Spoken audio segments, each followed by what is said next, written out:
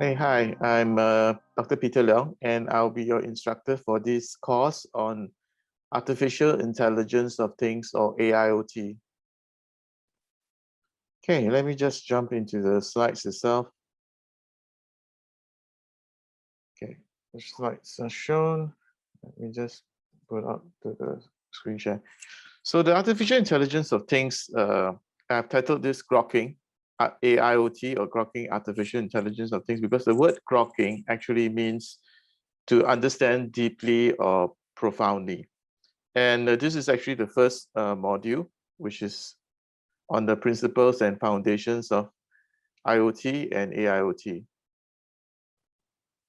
Now, there are altogether 4 modules. So the first module will be focusing on the data collection portion. The next module, which will be focused more on the connectivity or networking aspects. Then we have the control or the AI portion, where we actually control the devices within the network. Then we have the cloud processing, which we'll do in the last module. This is the outline of what I'll be talking about for this particular lesson, which we'll be talking first of all about an intro to the basic concepts of IoT, and then an introduction to the concept of AIoT itself, then the applications of AIoT, what are actually enabling AIoT, and then some application aspects in terms of the support for the 4th industrial revolution, and also the super smart society, the society 5.0, which the Japanese government has proposed. And lastly, we'll talk a little bit about the AI ecosystem. The first set of slides and also the videos will actually cover the first 4 portions of this outline. So first of all, what is the Internet of Things? Well, the Internet of Things actually refers to a network of physical objects or things that are embedded with sensors, software, and other technologies for the purpose of connecting and exchanging data with other devices and systems over the internet. And this is basically what we see actually as a definition from the Wikipedia. Another way to look at it from IBM Watson's Internet of Things is the Internet of Things refers to just a growing range of connected devices that are sending data over the internet. So there's 2 important aspects that we should consider when we talk about Internet of Things. And first of all, there is this physical embodiment. It is a network of things, meaning they are actually physical objects with, of course, a software and other technologies that's actually embedded within the device itself. But there is actually something physical. It's not just a piece of code or software that's running somewhere. So when we talk about the Internet of Things, we're not talking about Internet of software, but an Internet of physical objects that are interconnected. That's where the word internet comes in, because there's the exchange of information between these smart things or that are actually connected to each other.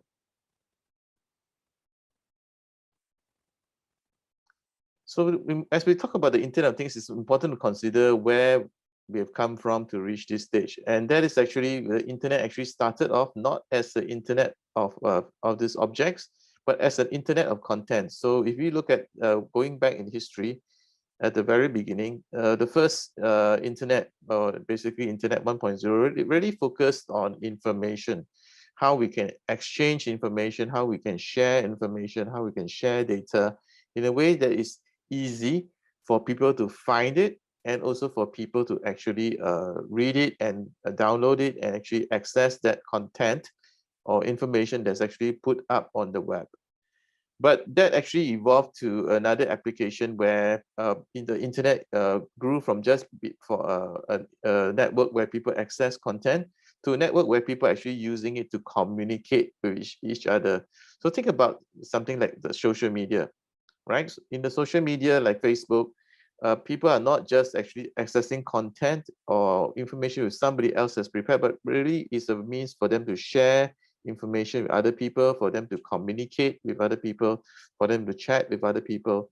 So from the internet of content, it actually evolved to being a internet of for people, or internet of people, because it's actually the 8 billion people on the web that are actually communicating and sharing information with each other.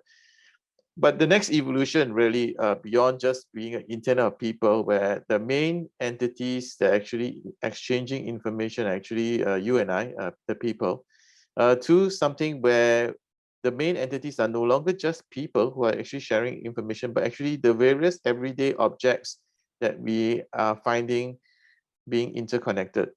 They could be things that we have traditionally considered to be dumb devices, for example, a light switch, a heater, a refrigerator. But these things are increasingly being connected to the internet because they have capabilities that make them more intelligent. And by interconnecting them, there's actually enables a whole range of applications that we have not thought of before, and also makes life just a little bit more convenient for people. Of course, as we talk about it being an internet of things or devices, the people component is still in there, as you can notice from this diagram here. People are still going to be accessing the information that's stored in their mobile phones, as well as other devices that's on the internet.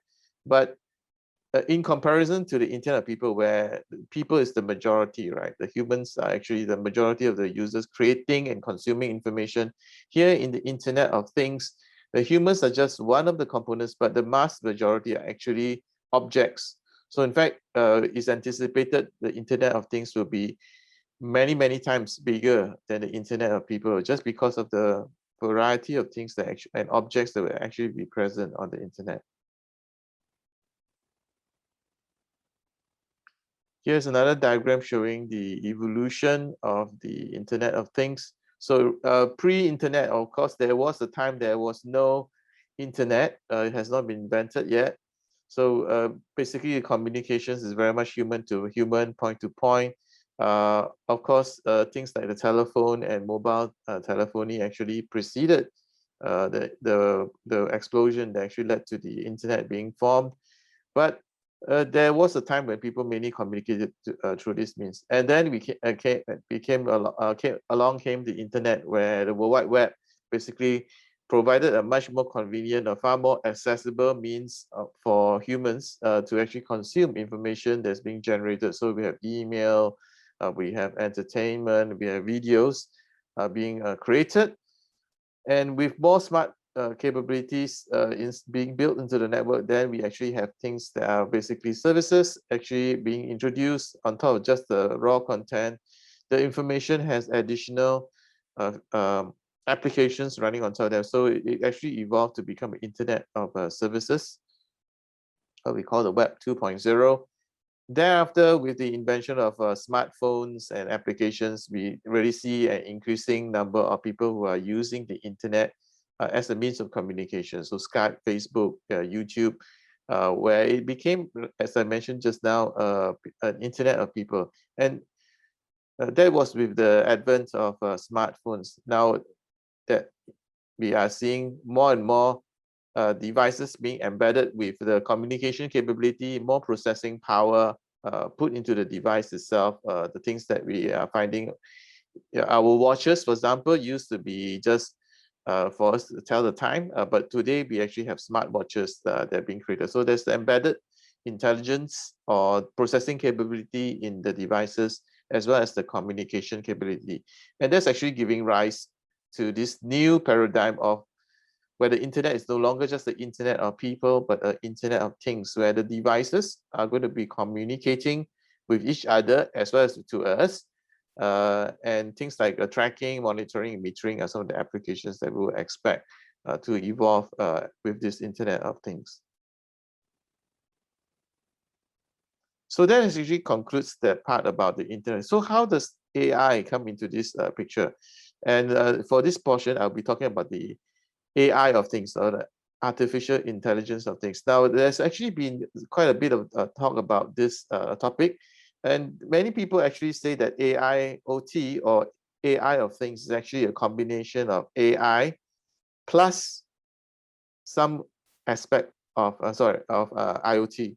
all others actually say that it's actually IoT plus AI. That means it's largely Internet of Things, but what we add on the additional component called artificial intelligence as a additional service that we can run over the Internet of Things. Now, both of these views are actually quite widely shared, but I think it's sort of missing the point, because I think the AI of things, or the AIoT, is not just AI plus IoT or IoT plus AI. It's really a combination of these two things. Okay, it's an intersection of both artificial intelligence as well as Internet of Things. So it's a merger rather than just a plain juxtaposition or a side-by-side placement of both IoT and AI, nor is it just the addition of one component over on top of the other component. These two views are, of course, not totally invalid, but it is more than that. It's really a merger or a combination of both these elements, both of the AI portion as well as the IoT portion. So previously I talked about the evolution of the Internet of Things.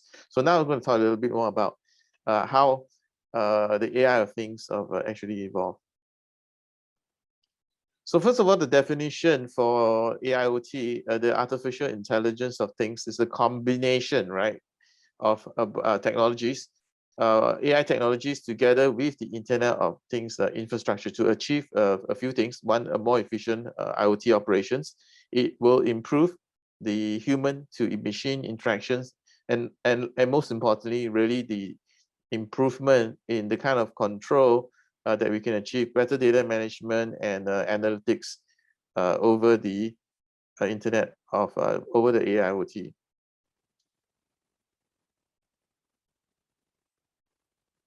Now, this diagram shows in a convenient nutshell what is some of the main differences, and there's actually an article in the reference which I point you to. So if you look at the traditional aspects of the IoT or the Internet of Things, we have a point where we are collecting the data from various sensors and devices. So it could be a gauge, it could be a electric meter, it could be a gas meter, or it could be a water meter, or it could be a parking meter. So various sensors to collect information from the real world. Now, this information needs to be processed. So it first of all needs to be sent and stored in the cloud or somewhere where this information is accessible for some computational resource to actually process it. So there's a collection, and thereafter there's the storage of all this information that we collected from various points in the Internet of Things.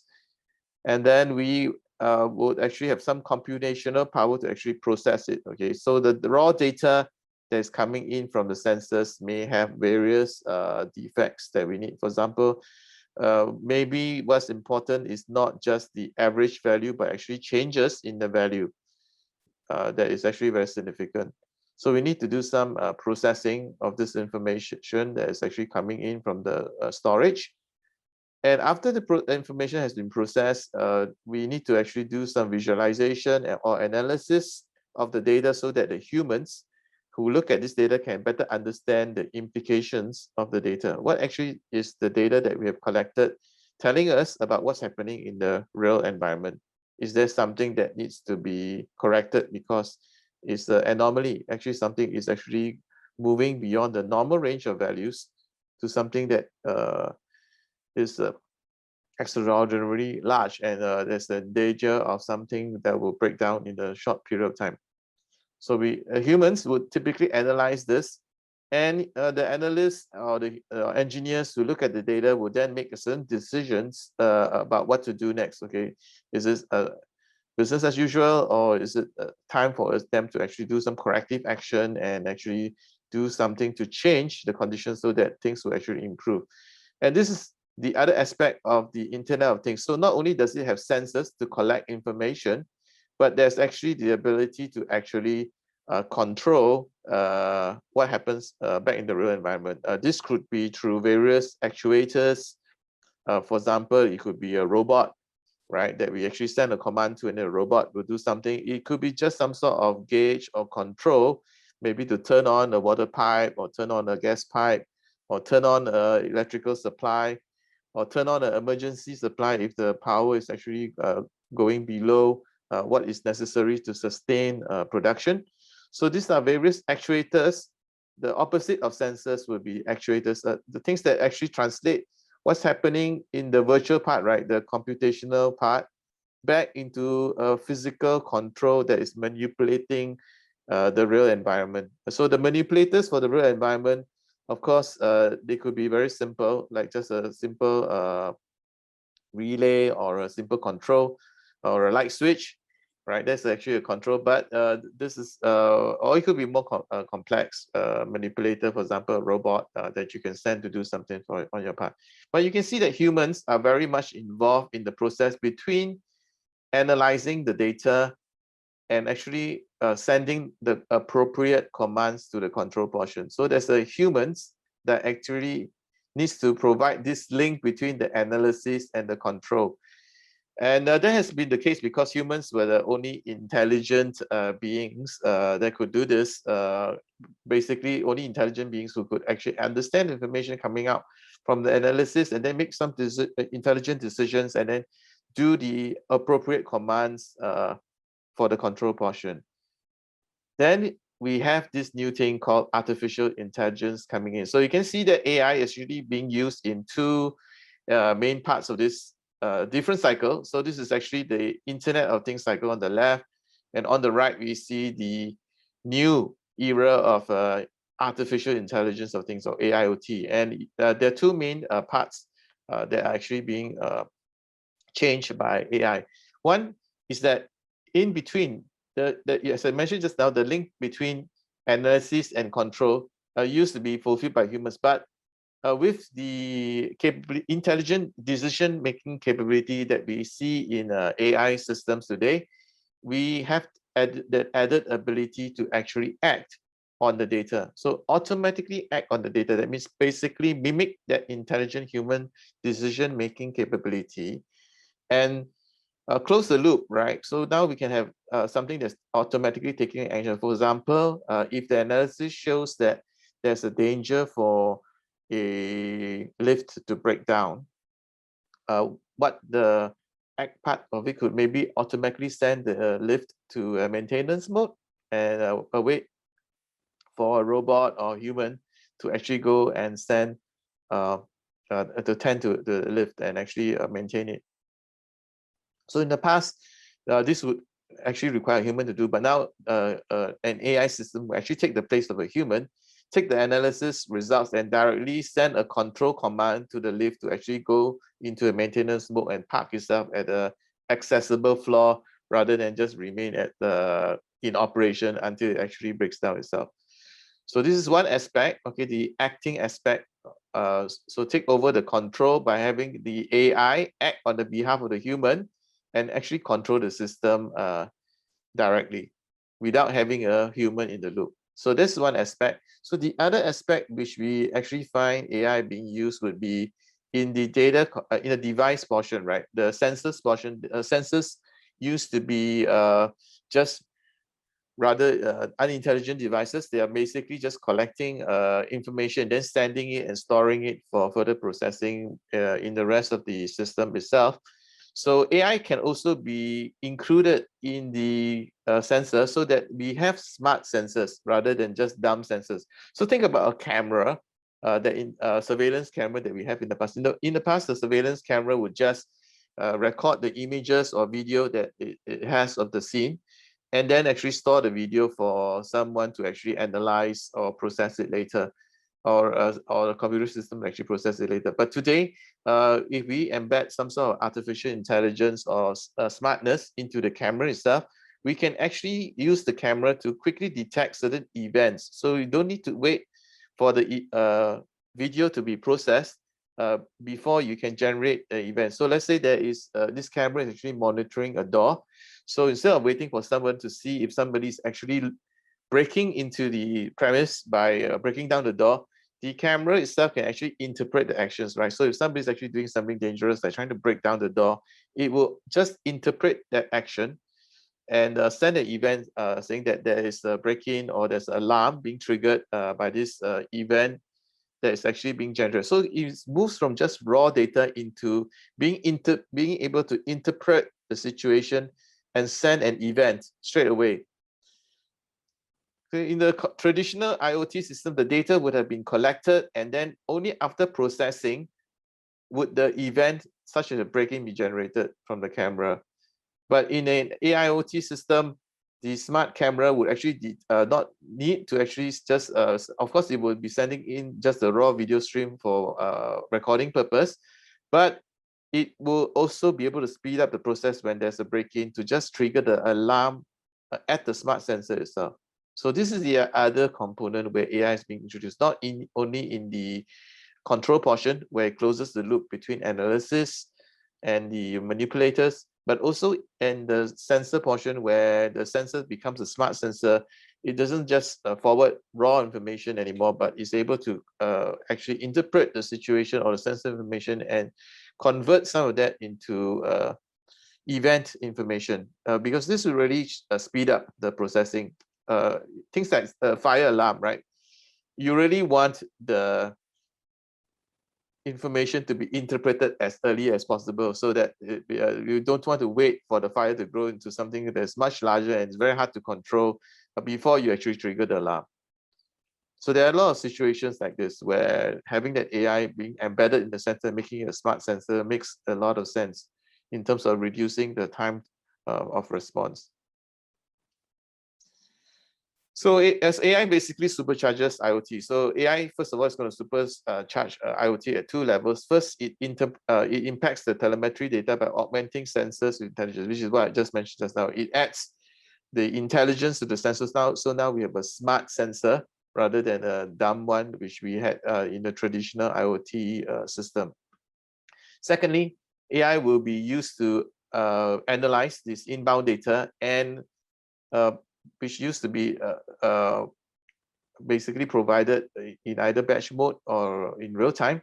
And it actually sort of takes the place of humans. So it actually now forms the link or bridge between the analysis and the control, which used to be actually fulfilled by human beings as the only intelligent beings who would do this. Now, the advantage, of course, of being able to do this is basically AI system is able to cut down the response time. And in some sense it doesn't get tired, right? So in terms of responding to some events that actually comes out from the analysis section, it's going to be able to do a more consistent job than humans. So because humans do get tired, let's say this alarm is actually occurring in the middle of the night, human has to be roused from the sleep and then basically interpret the data in the middle of the night and try to understand whether or not to actually trigger the real alarm and send somebody to investigate, or just think that it's a false positive and just go back to sleep basically. But AI won't have this problem because AI would always be awake, would always be ready to absorb all the information, doesn't get tired, and is able to basically respond faster and also be probably in a more objective manner than what's achievable by just humans alone. So what are some of the applications that we can actually see in terms of IoT or AIoT with this supercharging of the IoT infrastructure? So you can see it's actually a combination of both AI together with the IoT infrastructure. So it's no longer just IoT plus AI, or AI system with the additional data just being fed in by the IoT system. It's really much a merger of the two, where both the systems are actually working together to achieve a certain result. So this is one area, as I just mentioned just now, where cameras that traditionally just used to feed in the raw image, you'll be sending in frame by frame and it will be stored for a human to actually analyze. So in the more traditional IoT system, the camera is just like image sensor, and it will be sending every frame or in the video to the IoT system to basically store so that humans can analyze the information. So maybe it's being, as I said, to try to detect a break-in to a certain door, the security analyst basically need to take a look at the picture to see whether there's any unusual things being observed. And if you have one camera to monitor, of course, you can just look at it, but human beings do get tired. Just multiply it by the number of cameras you see in a typical building, right? It won't be just one, it will be a few tens or even multiple tens of cameras. And if the security officer needs to basically look at all this camera input all the time, the fatigue factor will just creep in, and they'll miss something, right? So by applying AI to the camera device, now the camera is not just sending frames, but it's actually able to detect a certain activity or event actually happening on at the site itself. Is there a break-in? Is there the door has not been closed? It's been left ajar because somebody actually forgot to lock it or forgot to close it. So that would actually just cause the AI to trigger the event rather than just storing the raw information for somebody to actually pick it up later. This will significantly speed up the whole process while saving the CPU from processing every single frame. So now I no longer need to store all the frames. I only need to store those frames just or forward those frames maybe just before or after the main event is actually detected. The same principle may be applied to other kinds of sensor, not just cameras as well, right? It could be a voice, it could be a sound sensor. So when you hear some strange sound, you don't need to just send the raw samples all the time. You only send a sound, unusual sound like a gunshot or vehicle screech, brake screech, brakes, and a screeching sound made by a vehicle just before a car crash, right? You will only send that information as and when you detect something unusual happening. Now, AI-enabled sensors really are the future of IoT systems. So we will actually see more and more AI being incorporated into the sensors, because this is actually solving one major issue in terms of the timeliness of the information and also fatigue of the people who actually have to monitor such data. Because the human fatigue part is definitely a problem as far as security is concerned, and also timeliness in terms of the response. So the other area of AI being supercharging IoT systems, really the move from just collecting the data and processing it for humans to actually do something about it, what we call a very reactive mode. So the event has happened, and depending on how humans actually then interpret the events or sequence the events, then they will do the appropriate control to actually change the situation. But this is actually going to take time. Okay, the reactive mode is going to take time for anything to actually happen. So let's go back to the fire alarm situation. So let's say there is actually a fire. Started off as a small fire. You see smoke coming out of a door, maybe some flickers of light coming out from the door, and the sensor is just basically sending back this information to the camera sensor, just sending back this information. And it's only when the security personnel notice that, hey, actually in this particular monitor, I see smoke, I see some flickering of fire or something flickering in the background. Then the human being intelligent will just put the two together that they're actually related, right? The flickering light and the smoke is probably indicative of a fire, and then he will react, okay, and send somebody there, or he himself will go there with a fire extinguisher and then put out the fire. But this is really reactive, right? You're actually the data has already been collected, all the information has been there, but you're not able to do anything about it until a human is involved in the loop to actually interpret what's happening and then try to do something to actually correct it. Now, in the proactive system, we try to prevent it. So so in the reactive system, we try to prevent the fire from getting bigger using a human in the loop. But in a proactive system, we want to automatically turn on the fire extinguisher or fire sprinkler on the site itself, right, and try to reduce the fire before it even grows to a bigger problem. Right, so we want to move from just being a reactive system to something that's proactive to try to actually take early corrective action based on what it predicts is going to happen next, which is in the case of the fire situations, that's basically the fire is going to grow bigger. So we need to take corrective action on the spot the moment we detect there's a small fire already occurring behind the door. Let's turn on the sprinklers in this instance. Okay, so by applying deep learning models based on neural networks to the sensor data, we can combine several inputs like smoke detection together with lights that indicate there's a fire, plus maybe the fact that there are people gathering around the door, looking around. This is a human behavior, right, that we can detect with a camera. So, and find these anomalies in real time. So when a critical error is predicted by the neural network, the faulty device can be shut down. In the case that if there's a door ajar and it's a fire door, we need to be able to close the fire door automatically rather than wait for somebody to manually go there, or turn on the fire sprinkler before it becomes a big fire. To avoid this fatal accident or event. So the key difference between existing rules engine and AIoT lies in the fact of being proactive rather than reactive.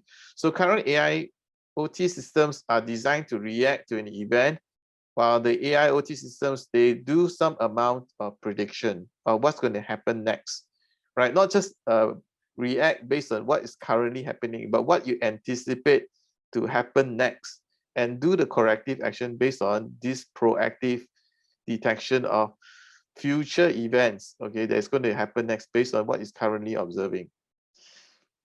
So this is really an aspect where it can't be done using a traditional rule-based approach, because the rules are only triggered by the present system. It doesn't do any prediction of what's happening after that. So the infusion of AI into IoT systems really promises the predictive maintenance will help many organizations save millions of dollars in the support of maintenance equipment. So by just monitoring the normal asset maintenance systems in the IoT system, we just monitor the values. You need still somebody to analyze the values and see whether or not there is actually going to be a failure event soon. But where there's an active AI monitoring the system in the sensor itself, then it's able to basically try to predict what's going to happen next, right? That there's going to be an impending failure, and then try to actually take corrective session earlier. So there's two key ideas here that's different from the previous one, and that is actually there's this predictive element, right?